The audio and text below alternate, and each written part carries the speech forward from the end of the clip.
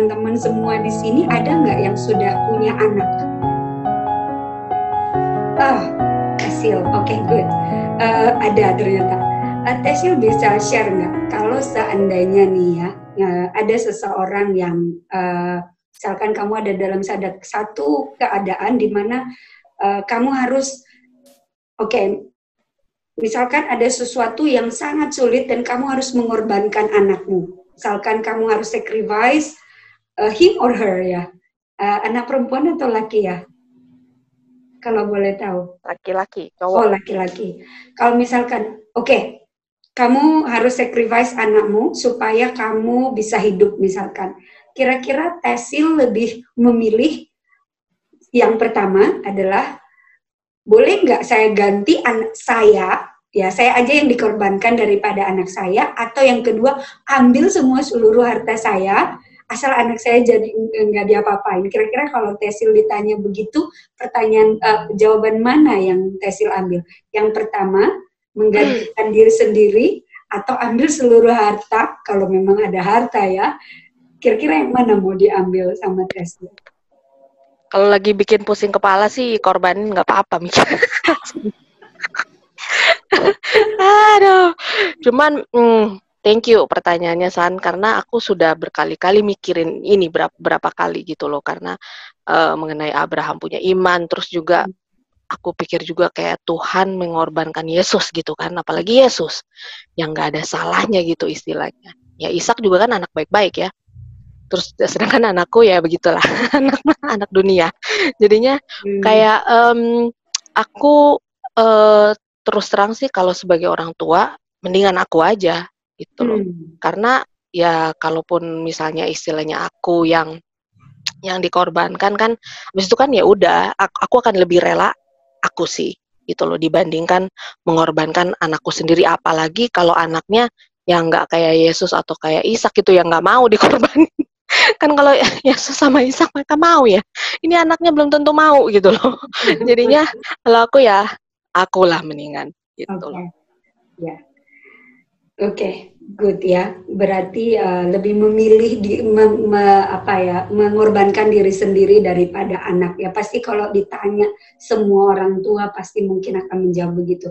Teman-teman mungkin saya belum pernah share ya. Saya ini punya seorang adik laki-laki yang kebetulan itu saya cari fotonya tapi tadi saya nggak dapet, saya harus digging some file gitu, tapi nanti deh di other time. Saya punya saudara laki-laki nomor 2 di bawah saya itu, dia itu terlahir cacat. Jadi ya sebagai orang Batak ya, kita itu pasti kayak dituntut itu supaya punya anak laki-laki begitu ya. Jadi mama saya juga begitu. Jadi ketika saya dilahirkan, mama saya tuh lama nggak punya anak, jadi sekitar 5-6 tahun. Makanya nama saya tuh Sani. Sani itu matahari bersinar. Jadi kayak saya itu anak yang diharapkan gitu, tapi masalahnya saya itu perempuan, bukan laki-laki gitu ya. Jadi kayak mereka kayak kecewa gitu punya saya gitu kan. Lalu ketika ibu saya, mama saya itu dapat anak kedua dan mereka tahu itu laki-laki, mereka happy banget, senang banget gitu ya. Dan tapi kebetulan keluarga saya itu nggak begitu baik ya, maksudnya papa mama saya itu dalam kondisi yang kurang baik gitu. Lalu adik saya ini lahir dengan cacat, jadi dia itu pertumbuhan tulangnya tidak sama dengan umurnya. Jadi tulangnya itu masih umur 8 tahun, umurnya udah 15 gitu. Jadi dia itu sampai umur 15 tahun, dia itu nggak bisa jalan, nggak bisa, dia hanya tidur di tempat tidur gitu ya. Dan itu saya tahu mama saya tuh setiap malam itu dia berdoa sampai menangis begitu ya. Suatu waktu kita harus pergi ke satu tempat, ke satu rumah sakit yang cukup jauh ya di luar Indonesia.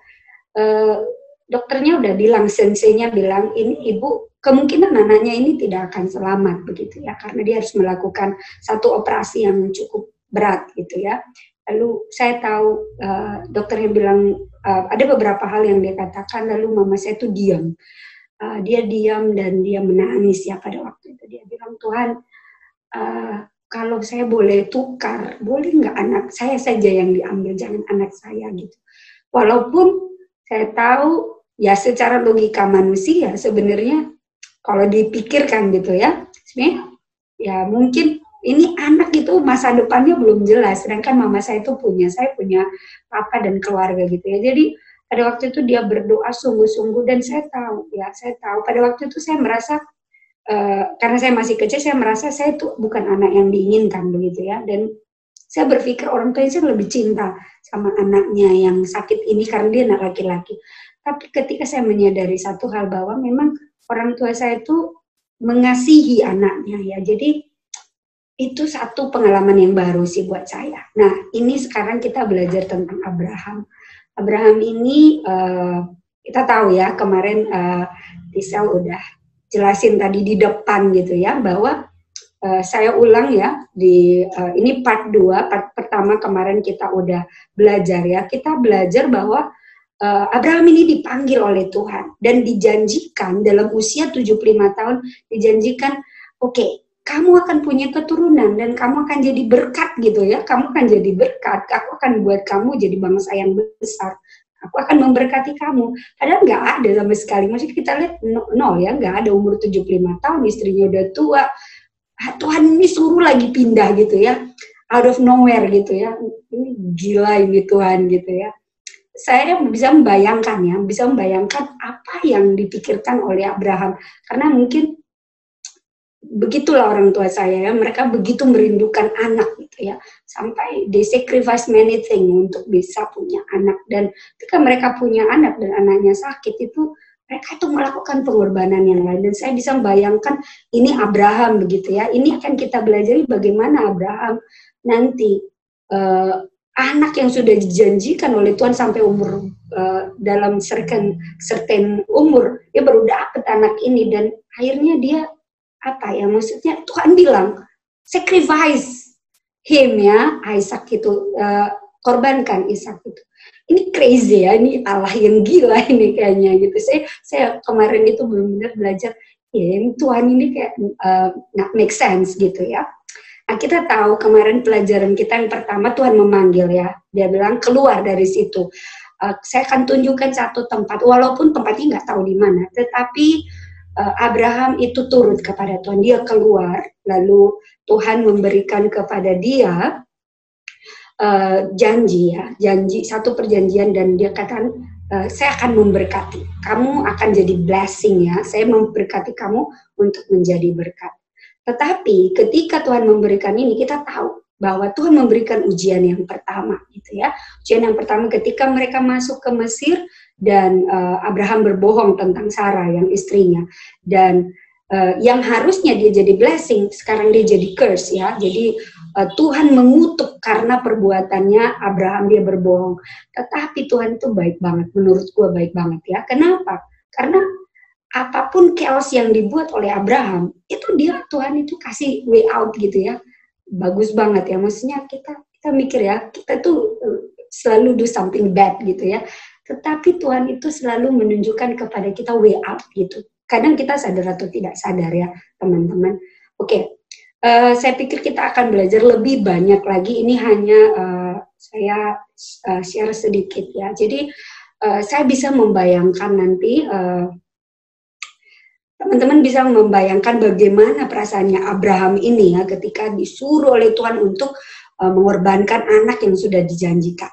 Baik, teman-teman, sebelum kita melanjutkan lebih lagi, saya mau minta teman-teman coba kita membuka di dalam Ibrani 11. Boleh satu orang membacakan Ibrani 11 ayat 17. Ibrani 11 ayat 17. Please unmute yourself and read it out loud for us, please. Tolong dibacakan secara kuat. Ibrani 11 ayat 17. Silakan teman-teman. Karena iman maka Abraham tak kala ia dicobai mempersembahkan Ishak. Ia yang telah menerima janji itu rela mempersembahkan anaknya yang tunggal. Oke, baik. Terima kasih. Karena iman ya, jadi ada karenanya, berarti ada sesuatu yang terjadi sebelumnya, lalu karena itu dibenarkan, karena sesuatu yang terjadi, lalu itu Tuhan mengaku itu sebagai iman, maka Tuhan melakukan sesuatu yang lain lagi. Nanti kita akan membahas lebih lagi bagian ini, ya teman-teman. Oke, baik. Ini tadi saya sudah, di dalam Kejadian kita akan balik, teman-teman boleh buka Alkitabnya dalam Kejadian 12. Ini pertama sekali Tuhan memberikan janji kepada Abraham. Dan pada saat yang bersamaan kita tahu setelah dia pindah dari Ur, lalu dia menuju Mesir, dia mendapat pencobaan pertama. Ini kita udah belajar minggu lalu. Kemudian kalau kita lihat, pergi lagi dalam Kejadian 13, di sini sebenarnya Tuhan mengulang lagi janjinya kepada Abraham. Dia ulang lagi, saya akan menjadikan kamu bangsa yang besar, kamu akan jadi berkat. Pikir-pikir kenapa Tuhan ulang lagi ya gitu ya. Ternyata Tuhan itu menguatkan Abraham ya, dijanjikan ulang. Oke, wow, Tuhan itu hebat banget, dia janjikan ulang gitu ya. Setelah Abraham melakukan kesalahan bersama istri, dijanjikan ulang lagi gitu janji itu, covenant-nya ya, perjanjiannya.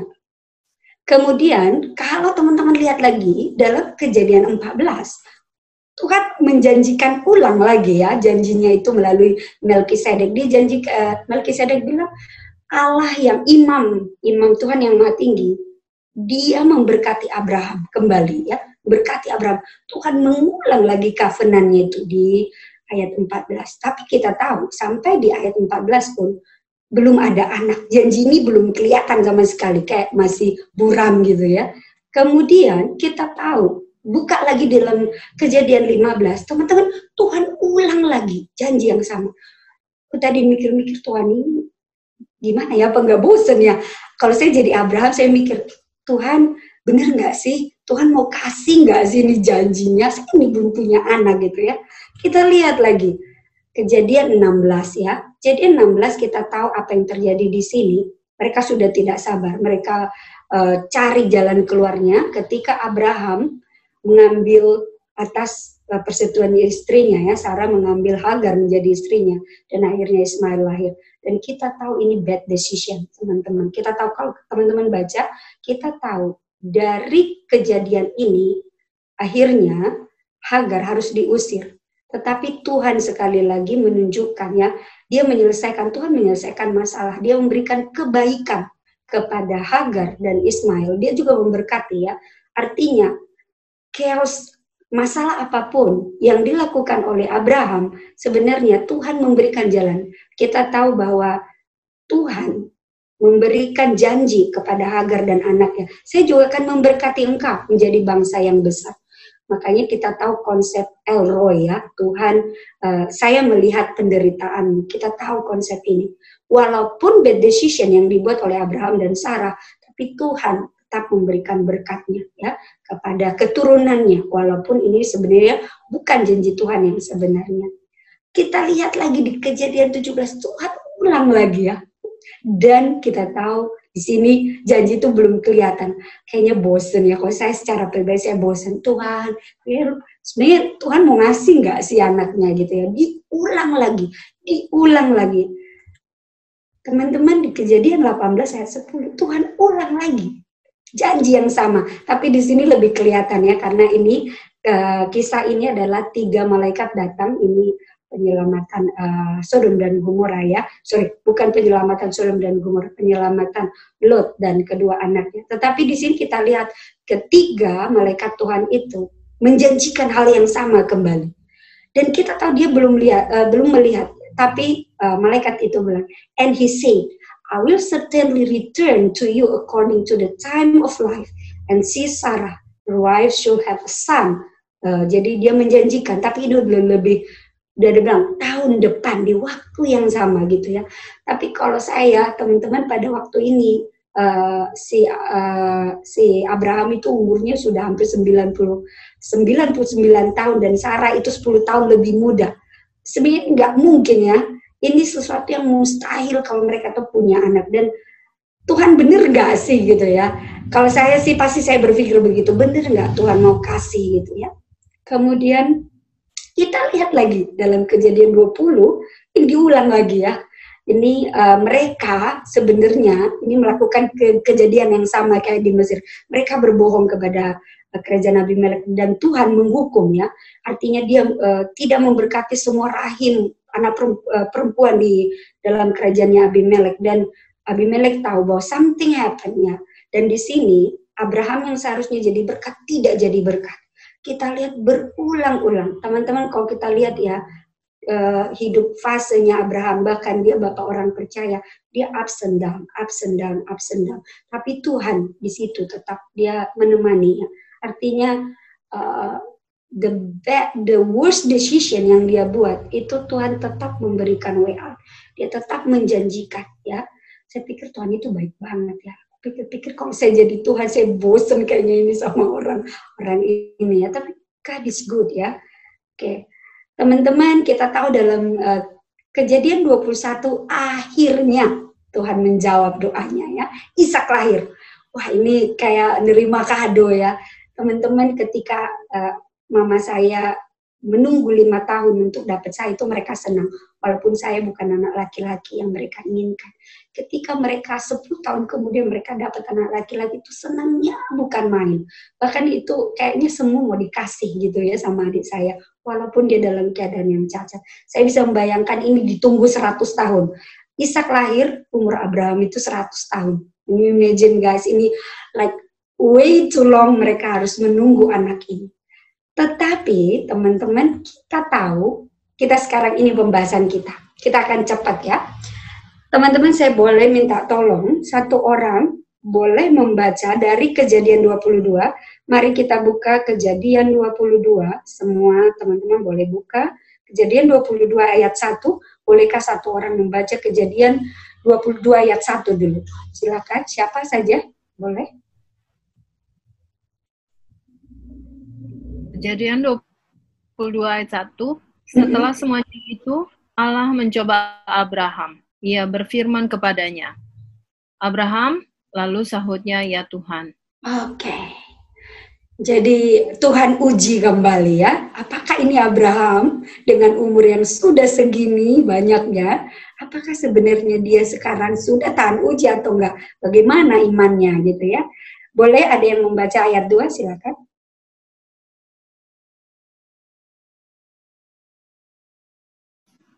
Ayat 2 boleh dilanjutkan, siapa saja? Firman-Nya, ambillah anakmu yang tunggal itu, yang engkau kasihi, yakni Ishak. Pergilah ke tanah Moria, dan persembahkanlah dia di sana sebagai korban bakaran pada salah satu gunung yang akan kukatakan kepadamu. Teman-teman coba baca sekali lagi, firman-Nya, ambillah anakmu yang tunggal, hanya satu. The only one. Berarti kalau ini nggak ada lagi serapnya gitu ya. Beda kalau anak 5 masih ada, kalau 1 meninggal masih ada yang lain gitu ya. Anak tunggal yang engkau kasihi. Tuhan tahu dia mengasihi anaknya. Kalau dalam bahasa Inggrisnya, dalam bahasa New King James Version-nya lebih jelas lagi ya. Engkau kasihi. Engkau kasihi itu beda dituliskan di sana ya. Itu lebih, artinya ini kayak mau mengorbankan segala sesuatu supaya anaknya selamat gitu ya. Yakni Ishak. Jelas ya, Tuhan bilang itu Ishak gitu ya. Pergilah ke tanah Moria dan persembahkanlah dia di sana sebagai korban bakaran. Teman-teman, saya tadi coba lihat apa sih sebenarnya korban bakaran itu. Sebenarnya korban bakaran itu ketika kita over korban bakaran itu kita meminta sesuatu yang sangat besar atau sangat kusuk ya. Dan biasanya mungkin nanti teman-teman boleh belajar lebih lagi. Ini ada ritual tersendiri kenapa mereka pada saat itu ada korban bakaran. Pada salah satu gunung yang akan kukatakan kepadamu, teman-teman bisa bayangkan kita menunggu 100 tahun, lalu Tuhan bilang korbankan gitu ya. Are you crazy God? Are you insane? Are you for real God gitu ya. Coba teman-teman ya. Teman-teman punya anak, tunggu 100 tahun dan Tuhan bilang, ini anak yang gue janjikan, dari sini lu akan dapat yang lain-lain, dan tunggal lagi, tapi lu korbanin gitu ya. Aduh, ini Tuhan mungkin gila ya. Saya tuh ketawa begini karena saya pikir, ya bener gak sih Tuhan ini sebenarnya ya. Tapi kenapa sih Tuhan itu mau Abraham itu sacrifice Ishak sebenarnya? Kenapa gitu ya? Kenapa sih sebenarnya? Mungkin teman-teman bisa jawab dalam hati karena nanti mungkin bisa dibahas juga di dalam grup karena kita akan ada breakout room. Tapi ini pertanyaan yang sangat besar. Kenapa Tuhan mau Abraham sacrifice Isaac gitu ya? Teman-teman boleh kita lagi baca ayat 3. Satu orang baca, minta tolong.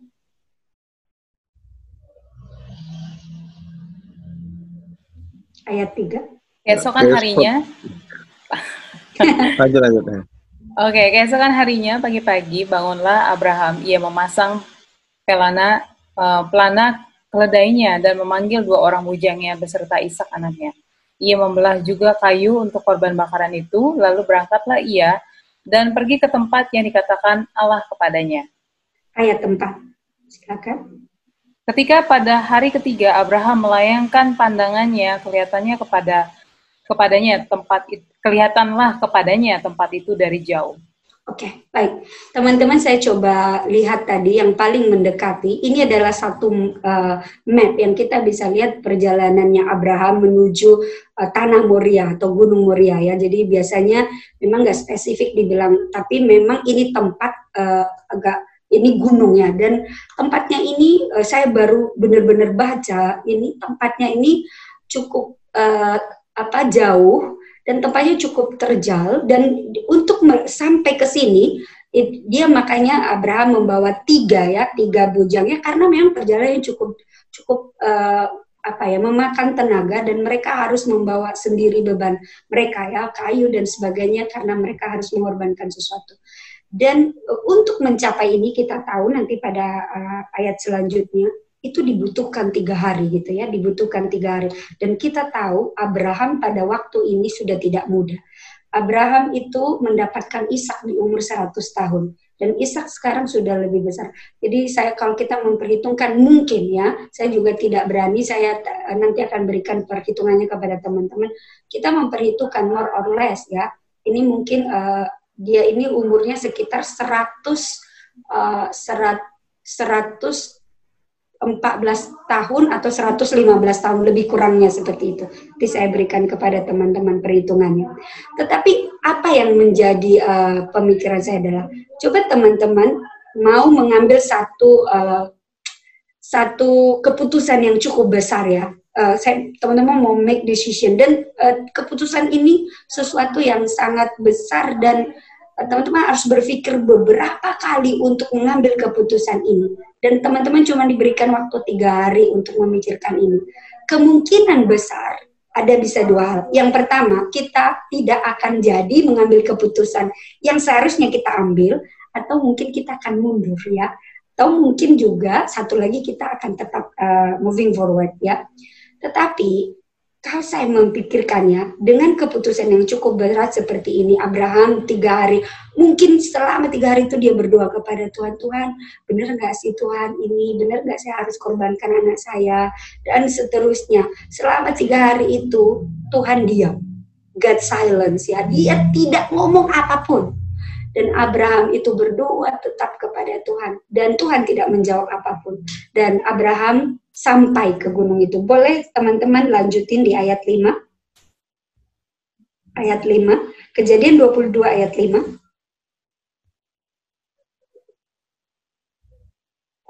Ya, kata Abraham kepada ketua bujangnya itu, tinggallah kamu di sini dengan keledai ini, aku beserta anak ini akan pergi ke sana. Kami akan sembahyang, sesudah itu kami kembali kepadamu. Oke, good. Terima kasih. Ayat ke-6. Lanjut. Lalu Abraham mengambil kayu untuk korban bakaran itu dan memikulnya ke atas bahu Ishak. Anaknya sedang di tangannya, di bawahnya api dan pisau. Demikianlah keduanya berjalan bersama-sama. Oke, terima kasih. Teman-teman, di dalam perjalanan itu pasti mereka berbicara dong ya, anak sama bapak. Mereka berbicara dan perjalanan ini cukup jauh, dan berarti mereka akan melakukan upacara sembahyang ini. Dan dalam perjalanan ini saya yakin dan percaya sebagai seorang bapak ya, Abraham itu pasti menangis dalam hati. Kenapa? Karena dia tahu dia akan mengorbankan anaknya, dan dia berpikir, Tuhan, benar nggak sih ini gitu ya? Tuhan janji loh ini anak, tapi saya harus korbanin. Tuhan, ini benar nggak sih? Tuhan benar nggak? Ya pasti saya yakin dan percaya. Itu pertanyaan yang diberikan oleh Abraham di dalam hatinya. Walaupun dia keep in praying, ya. Saya yakin secara manusia dia pasti bertanya itu kepada Tuhan. Boleh selanjutnya dibaca ayat 7.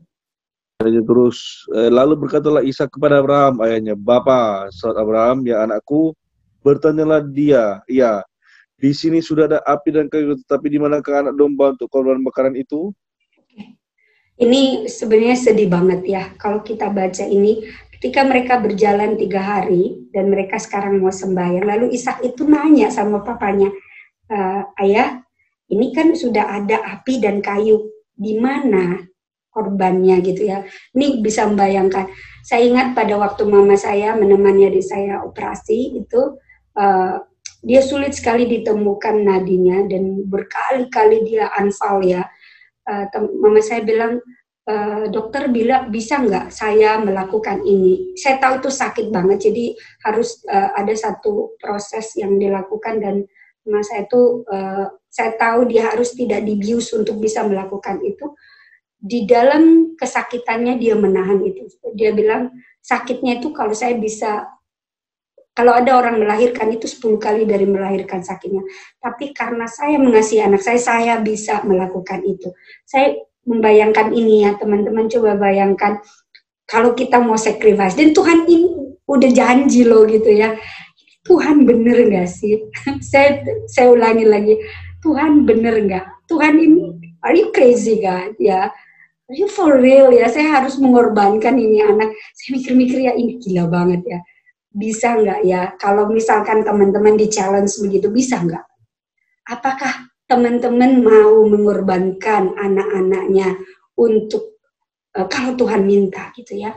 Saya mungkin kalau teman-teman nggak punya anak mungkin nggak bisa memahami ini ya. Tapi kalau punya anak mungkin lebih beda ya, lebih beda memahami hal ini, konteksnya pasti berbeda.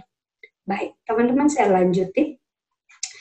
Dan kita tahu bahwa umur Abraham ketika dia pertama kali dijanjikan keturunan, itu dia umurnya hampir 75 tahun dan sudah tidak muda, sudah cukup tua. Tetapi Tuhan ya menguatkan hati Abraham dan memberikan Roh Kudusnya supaya dia mau dikuatkan hatinya supaya mau melakukan apa yang Tuhan janjikan. Dan kita tahu umur 100 tahun ya, setelah berapa lama, 25 tahun, akhirnya dia mendapatkan Ishak. Dia bukan umur yang muda lagi. Dan kita tahu teman-teman, pada umur 175 tahun, Abraham itu meninggal. In between, kita tahu bahwa Ishak ini sudah cukup sudah cukup berumur sebenarnya pada waktu dia mau dikorbankan oleh papanya, tetapi penurutan dia sebagai seorang anak ya, dia turut saja ketika dia bertanya ini kepada papanya, dia turut apa yang dikatakan oleh papanya. Saya yakin ada something ya, ada sesuatu hal yang sebenarnya di dalam diri Ishak sebagai anak. Satu hal yaitu ketaatan kepada Bapa, ketaatan yang total ya, ketaatan yang 100% kepada bapaknya, bahwa bapaknya itu akan memberikan dia yang terbaik gitu ya. Walaupun dia tanya ya, mana korban bakarannya gitu ya. Teman-teman pasti dia tahu ketika papanya mengambil pisau, dia tahu bahwa dia akan dijadikan korban, tapi dia tidak sama sekali dia tidak melawan. Abraham ini udah tua pada waktu ini. Sedangkan ini anaknya baru ya, masih muda ya. Dia tidak melawan, dia obey, dia sangat taat. Baik. Teman-teman, bolehkah saya minta tolong ada satu orang yang membacakan dengan cepat ayat 9, 10, dan 11.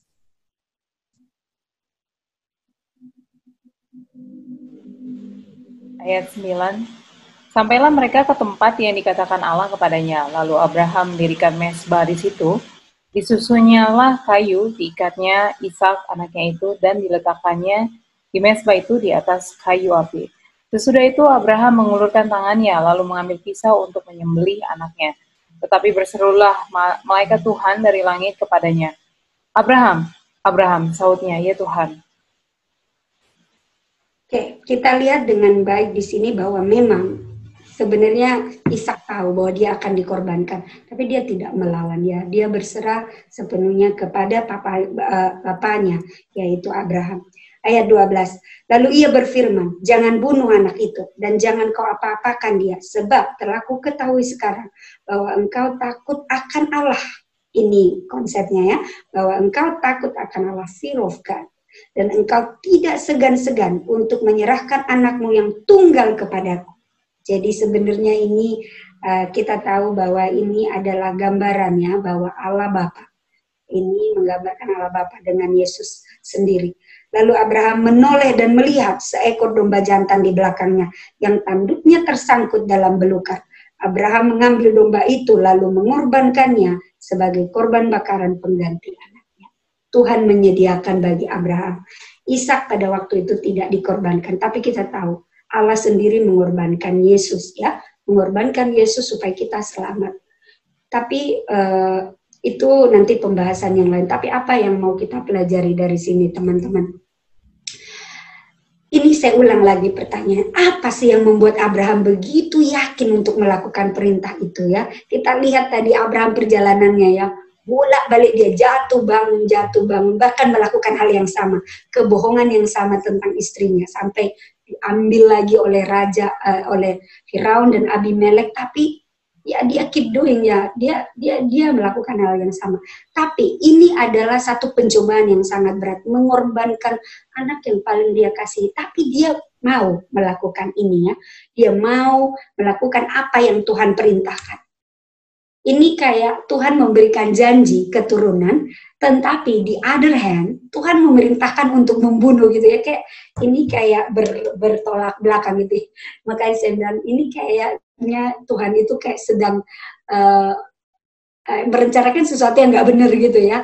Mungkin kalau kita lihat pada waktu ini ya, tetapi kita tahu bahwa Tuhan sebenarnya di dalam Alkitab Tuhan menjawab pertanyaan ini. Kenapa sih sebenarnya Abraham yakin betul untuk ya dia punya iman ya, punya iman untuk mengorbankan Ishak. Teman-teman boleh saya minta tolong jawabannya ada di dalam Ibrani 11 ayat 19. Teman-teman bolehkah ada yang membacakan ayat ini out loud?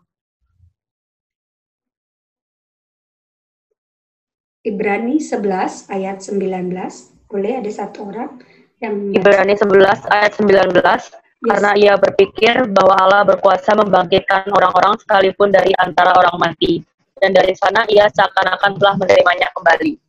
Oke, terima kasih Francie. Baik, teman-teman, ketika pada zamannya Abraham, kita tahu silsilahnya dari Adam sampai zamannya Abraham, belum ada satu orang pun yang Tuhan bangkitkan sebenarnya. Jadi konsep kebangkitan, resurrection itu belum ada. Konsep ini Abraham belum mengerti. Belum ada. Kita tahu Henok itu diangkat Tuhan hidup-hidup. Belum ada dari sejarahnya Adam sampai Abraham itu belum ada konsep kebangkitan. Tetapi kenapa? Karena ia berpikir, Abraham ya, bahwa Allah berkuasa membangkitkan orang-orang sekalipun dari antara orang mati. Dan dari sana ia seakan-akan telah menerima kembali. Ayat 20 saya lanjut. Karena iman maka Ishak sambil memandang jauh ke depan memberikan berkat. Maaf. Saya ulang di ayat 17 dan 18 ya teman-teman, saya balik ke atasnya. Ibrani 11 ayat 17 dan 18, tadi yang dibacakan 19. Saya balik mundur ke belakang, ayat 17. Karena iman maka Abraham tatkala ia dicobai mempersembahkan Ishak, ini tadi ayat kita yang pertama. Mempersembahkan Ishak, ia yang telah menerima janji itu rela mempersembahkan anaknya yang tunggal, walaupun kepadanya telah dikatakan keturunan yang berasal dari Ishaklah yang akan disebut keturunanmu. Jadi konsep kebangkitan itu belum Abraham tahu, tetapi dia tahu bahwa sebenarnya kita tahu Abraham ini udah tua ya, dia sama istrinya Sarah ini udah tua, tapi Tuhan memberikan mereka kehidupan dalam bentuk apa? Dalam bentuk Ishak. Ya. Dari yang tidak punya, ya maksudnya mereka ini sebenarnya udah mati ya secara fisik. Karena mereka udah cukup tua, mereka tidak mungkin lagi untuk punya anak pada umur segitu. Tetapi Tuhan memberikan kehidupan bagi mereka melalui Ishak. Ya.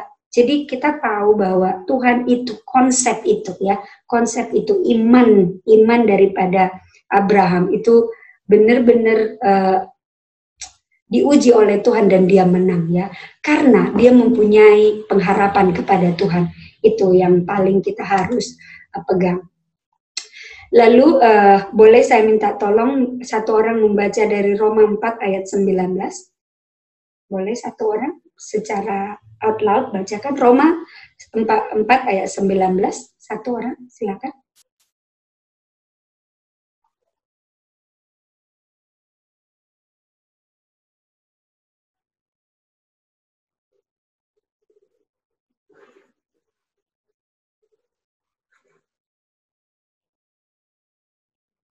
Imannya tidak menjadi lemah walaupun ia mengetahui bahwa tubuhnya sudah sangat lemah karena usianya telah kira-kira 100 tahun dan bahwa rahim Sarah telah tertutup. Yes, thank you. Jadi kita tahu bahwa memang Abraham menyadari bahwa dari dia tidak mungkin lagi kehidupan, tetapi dia tahu dia punya Tuhan yang pemilik kehidupan dan dia tahu konsep inilah yang dia pegang, maka dia berani. Kalaupun anak saya ini mati, Tuhan akan menghidupkan kembali. Jadi imannya itu benar-benar ketika Tuhan mengambil sesuatu yang begitu berharga dan dia benar-benar memberikan imannya, Abraham memberikan imannya 100 pengharapannya kepada Tuhan. Tuhan membenarkan dia dalam imannya dan memperhitungkan itu ya kepada Abraham. Makanya Abraham menjadi bapa orang percaya. Walaupun kita tahu dalam perjalanannya dia tidak mudah, susah banget ya. Lalu tadi dia jatuh, bangun jatuh, bahkan tuh berkali-kali untuk bilang ini loh janjinya, ini janjinya. Kayak kacang goreng ya, dijanjiin terus kayak diiming-imingin gitu ya. Tetapi pada ini adalah final pencobaan dari Tuhan yang cukup besar dari Tuhan dan Abraham menang ya. Teman-teman, saya yakin dan percaya bahwa sebenarnya kita dalam porsi kita masing-masing, dalam pergumulan kita pasti kita pernah di-challenge untuk kita tahu ini perintah Tuhan. Tapi ini iman, tapi kayak seakan-akan ini bertolak belakang. Tapi kita harus tahu, kita harus ikut perintah Tuhan gitu ya. Baik, saya mau share satu kepada teman-teman ya. Tadi saya share yang pertama tentang adik saya yang sakit ya. Saya mau share satu lagi. Yang pertama adalah beberapa waktu yang lalu saya diminta tolong oleh pemerintah ya untuk membuat kurikulum untuk pendidikan gitu ya. Jadi kita harus kumpul di Kemendikbud dan kita harus mengerjakan itu. Lalu kita harus stay selama sebulan gitu. Jadi saya tidak pernah, saya berpikir why not gitu ya untuk membantu pendidikan di Indonesia begitu. Dan ketika itu kita sebulan karantina dan kita harus mengerjakan yang sekarang kita kenal dengan kurikulum 2013.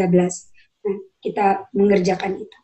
Nah, ternyata setelah sebulan itu pemerintah memberikan kita satu tunjangan ya, uang gitu ya. Dan saya tidak menyangka bahwa ini uang cukup gede gitu ya. Wah, besar banget gitu ya. Saya tidak menyangka bahwa ini akan diberikan kepada saya. Lalu setelah itu kita dipanggil sama-sama, lalu diberikan satu tanda tangan gitu ya. Kalau mau uang ini cair, harus tanda tangan ini sebagai tanda terima. Ketika tanda terima itu datang, saya melihat bahwa uang yang saya terima dengan uang yang saya tanda tangan itu bedanya 5 kali lipat teman-teman. Jadi kalau saya bilang uang yang diberikan misalkan ya 10 juta gitu ya, yang saya harus tanda tangan itu 50 juta gitu. Dan saya harus agree untuk sesuatu yang sebenarnya saya tidak benar gitu. Saya pikir, aduh Tuhan gimana ya? Terus tapi dia bilang kalau ibu tidak terima ini berarti semua yang dikerjakan, kurikulum yang dikerjakan itu kita tidak terima karena sebenarnya nanti kita nggak mau dituntut di belakang karena ini bla bla bla, pokoknya mereka ngomong. Saya berpikir-pikir Tuhan, dan teman-teman tahu pada waktu itu adik saya yang nomor 2 ini sedang dioperasi. Kita butuh banget uang dan kita nggak punya uang. Saya sama sekali nggak punya uang. Mama saya bilang kalian punya uang ya. Saya bilang mas saya nggak ada uang sama sekali. Waktu itu saya juga lagi kuliah menyelesaikan sekolah saya. Lalu saya bilang I don't have money gitu, gimana ini saya mau menyelesaikan tesis, saya nggak punya uang, saya harus pikir Tuhan ambil nggak ya uang ini gitu ya. Saya benar-benar saya menangis pada waktu saya ingat malam itu saya udah mau tanda tangan, saya 3 kali udah pegang pena, saya pikir saya tanda tangan deh Tuhan. Saya bilang uang ini bukan untuk saya, ini untuk orang tua saya. Tapi mama saya pada waktu itu pagi dia telepon saya, mama selalu telepon, dia bilang kamu udah berdoa, dia bilang ya saya berdoa, dan pada waktu itu saya tinggalkan, saya bilang Tuhan, saya yakin bahwa Tuhan akan mencukupkan. Itu saya tutup, saya tidak tanda tangan. Lalu saya bilang nggak apa-apa, nama saya nggak ada di situ, nggak dicantumkan, nggak apa-apa, yang penting saya nggak akan tuntut pemerintah atau whatever it is. Dan saya pergi ya. Saya tidak melanjutkan selanjutnya, tetapi pada waktu itu Tuhan tidak memberikan uang. Teman-teman sih nggak ada, uangnya nggak ada. Tuhan yang nggak memberi uang. Waktu itu akhirnya kita harus do something, kita harus menjual sesuatu, baru adik saya masuk di rumah sakit. Tetapi apapun itu teman-teman, ketika kita memilih untuk mengikuti Tuhan, bukan tentu jadi jalan raya ya, tidak. Ada kesulitan tersendiri, tapi kita di-challenge. Saya tahu bahwa kalau dibilang apakah saya beriman, belum tentu, banyak juga ups and down-nya. Tetapi semakin hari kita dikuatkan oleh Tuhan ya, dan kadang-kadang dalam pergumulan kita masing-masing, teman-teman pasti punya pergumulan masing-masing. Pernah nggak, nanti mungkin ini bisa di-share di grup, perintah, ada Tuhan perintahkan sesuatu tapi Tuhan janji, tapi ini kayaknya nggak sinkron gitu ya, tapi teman-teman menurut kepada Tuhan, ada nggak pengalaman itu, mungkin nanti bisa di-share. Teman-teman, saya tahu nanti teman-teman harus baca kembali karena ini secara cepat, berdoa kepada Tuhan supaya teman-teman bisa benar-benar